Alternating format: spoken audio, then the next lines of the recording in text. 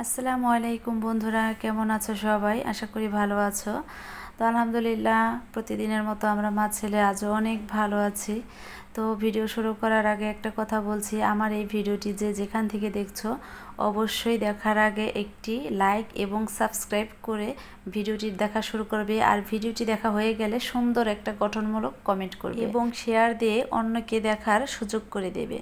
তো বরাবরের মতোই এই যে চলে আসছি রান্নাঘরে। সকালবেলা মা ছেলে রুটি নাস্তা করেছি, ডিম ভাজি দিয়ে রুটি নাস্তা করেছি।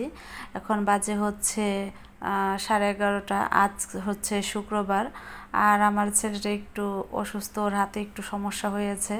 তো এই যে এদিক দিয়ে আমি ভাত বসিয়ে দিয়েছি। আর হচ্ছে গত কয়েকদিন আগে আমার আব্বা আসছিলেন একটা মুরগি নিয়ে, আর হচ্ছে কিছু আতপ চালের গুঁড়ি পাঠিয়ে দিয়েছে আমার আম্মা, সেগুলো নিয়ে এগুলো ফ্রিজে রেখে দিয়েছিলাম। আজকে ফ্রিজ থেকে বের করে রেখে দিয়েছি। ভাবছি যে আজকে যেহেতু শুক্রবার, ছেলে বাসায় আছে, তাহলে আজকে ছেলেকে কয়েকটা চিতই পিঠা বানিয়ে দিই।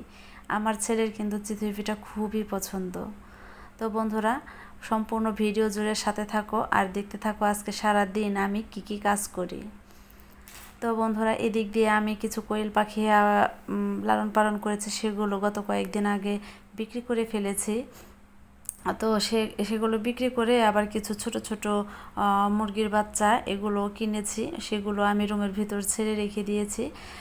যাই সেগুলোকে খাবার দিয়ে আসি, যেহেতু আমার রান্নাঘরে অনেকটা সময় থাকতে হবে, সেজন্য মুরগির বাচ্চাকে খেতে দিয়ে আসি। এই যে দেখুন, এখানে আমার কোয়েল পাখি ছিল, তো সব কিছু এভাবে রয়ে গেছে। ভাবছি আবারও কিছু, যাই হোক একটা কিছু করব, সেজন্য এগুলো এভাবেই রয়েছে, আমি কিছুই করিনি। তো এই যে বন্ধুরা, আমি মুরগির বাচ্চা কিনে এনেছি। একটা কথা আপনাদের সাথে শেয়ার করি, আপনারা যে যার যার অবস্থান থেকে চেষ্টা করবেন বাচ্চাদের ছোটো মোটো ইচ্ছেগুলো পূরণ করতে। আমি আমার ছেলের ইচ্ছেগুলো পূরণ করার যথেষ্ট চেষ্টা করি, কারণ একটি বাচ্চার মা বাবা এবং মাথার উপরে একমাত্র আল্লাহ ছাড়া আর কেউ নেই। সেজন্য যার যার অবস্থান থেকে সেই বাচ্চাদের ইচ্ছেগুলো পূরণ করবেন ইনশাআল্লাহ। তো বন্ধুরা, এই যে আবারও আমি রান্নাঘরে চলে যাচ্ছি, একদম রান্না বাড়া কমপ্লিট করে তারপর এখান থেকে বের হব।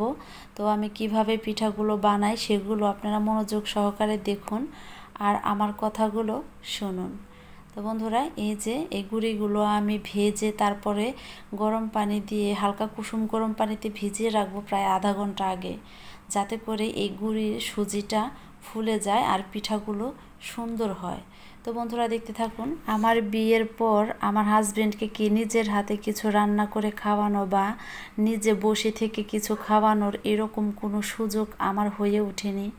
তো এইবার আল্লাহ পাক আমাকে যথেষ্ট সুযোগ করে দিয়েছে।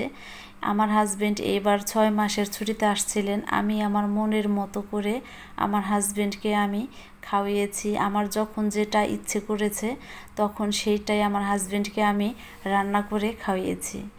তো আপনারা হয়তো বা ভাববেন যে কেন আমি কি শ্বশুরবাড়িতে রান্না করিনি। না বন্ধুরা, আমি অনেক রান্না করেছি, এমনও দিন গিয়েছে দিনে 3বারও রান্নাঘরে গিয়েছি, কিন্তু স্বামীকে যে নিজের মতো করে একটু খাওয়াবো, নিজের পছন্দ মতো একটা জিনিস রান্না করব, ওই রকম সুযোগ আমার জীবনে কখনো আসেনি। কিন্তু এইবার আল্লাহ পাক সেই সুযোগটা আমাকে করে দিয়েছেন, আর আমি সেই সুযোগটা হাতছাড়া করিনি। আমার মনের মতো করে আমার হাজবেন্ডকে আমি খাওয়িয়েছি। তাছাড়া আমি কিন্তু আমার ছেলের পছন্দ মতো রান্না করার চেষ্টা করি। সে কি খাবে না খাবে, আমি রান্না করার আগে আমার ছেলেকে আমি জিজ্ঞেস করি যে আরাফাত, তুমি কি খাবে? আমার ছেলে যেটা বলে সেটাই আমি রান্না করি। জানো বন্ধুরা, আল্লাহর দুনিয়াতে এমনও কিছু কিছু ফ্যামিলি আছে যে ফ্যামিলিতে নাকি 10-12 জন লোক, হয়তো বা 5 জন লোক, মানে যে কয়জন লোকই থাকুক, মনে করেন যে 4-5 জন লোক, দেখা গেল যে 4 জনের খাবার হয় কিন্তু একজনের খাবারই অনেক বেশি হয়ে যায়। 4 জনে ঠিক মতোই খাচ্ছে দাচ্ছে ঘুমাচ্ছে, কিন্তু একজনে খেতে গেলেই তাদের খাবারে কম পড়ে যায়। সারা মাস এভাবেই থাকছে, সাধারণ খাবার ভাত মাছ খাচ্ছে, কিন্তু ওই লোকটা যখন বাড়ি থেকে কোথাও বের হয় তখনই বাড়িতে খাবার দাবারের ধুম পড়ে। কেন সেই লোকটা বাড়ি থাকাকালীন একটু ভালো মন্দ রান্না করলে কি এমন ক্ষতি হতো? সে কি 10 জনের খাবার একাই খেয়ে ফেলতো? আসলে এই সব মানুষ মানে এরকম কেন করে? একজন মানুষ মানে খেলেই সে কত খাবে আমি বুঝতে পারি না, যে সে বাড়ি থেকে চলে যাওয়ার পরে তারপর ভালো মন্দ খাওয়া দাওয়া হয়।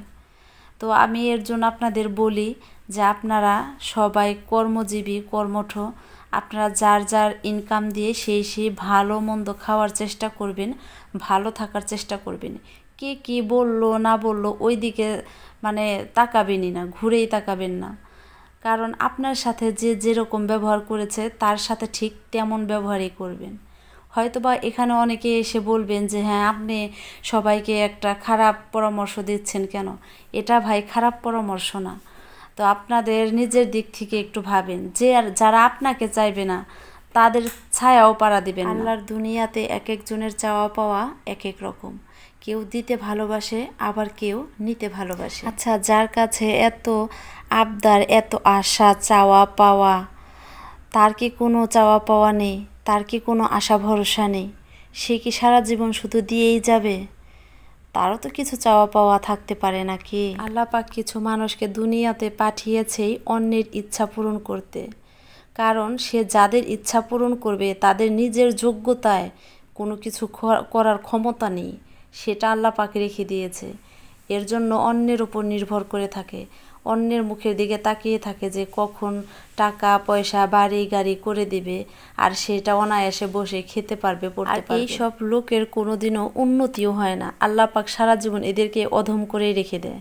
কারণ এদের তো নিজের কোনো যোগ্যতা নেই, সারা জীবন অন্যের উপর নির্ভর করে থাকে, অন্যের উপর ভরসা করে থাকে, অন্যের সংসারে থেকে বাচ্চা কাচ্চা মানুষ করে, অন্যেরটা খাওয়িয়ে বাচ্চা কাচ্চা মানুষ করে বড় করে, তারপর বাচ্চা কাচ্চা সেগুলো বড় হলে বিয়ে শাদী দেয়। এরা অন্যের উপর নির্ভর করেই থাকবে, মৃত্যুর আগ পর্যন্ত অন্যের মুখের দিকে তাকিয়ে। তারপর আপনারটা খাওয়া পড়া হয়ে যাবে, আপনারটা খেয়ে পরে পরিপূর্ণ হয়ে যাবে, তখন দেখবেন আপনার বউ বাচ্চারই কোনো খোঁজ রাখবে না। এখন আপনার বউ বাচ্চা খেয়ে থাকলো না না খেয়ে থাকলো, তাদের কোনো বিপদ হলো না কি হলো, তারা আদৌ কি দুনিয়াতে জীবিত আছে কি না আছে, মানে কোনো খোঁজ খবরই রাখবে না। এমনভাবে গায়ে হাওয়া লাগিয়ে ঘুরে বেড়াবে জানি সে আপনাকে চেনেই না, আপনারটা কখনো খায়নি, কখনো আপনারটা পরেইনি। একটা কথা মনে রাখবেন বন্ধুরা, ছলের তা জলেই যায়।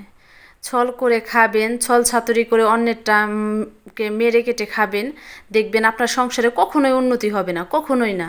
আপনার না হবে বউ বাচ্চা দিয়ে সুখ, না হবে স্বামী সন্তান দিয়ে সুখ, কখনোই। আমার চোখে দেখা এরকম অকৃতজ্ঞ মানুষ অনেক আছে, যাদের সাথে কথা বলি, খাই দাই ঘুরি ফিরি, কিন্তু মনের ভেতর তো আছে কে কী করেছে, কে কী বলেছে, কে আমাকে কোন দিন কোন উপকারটা করেছে, কে আমাকে পেছন দিক থেকে ছোবল মেরেছে।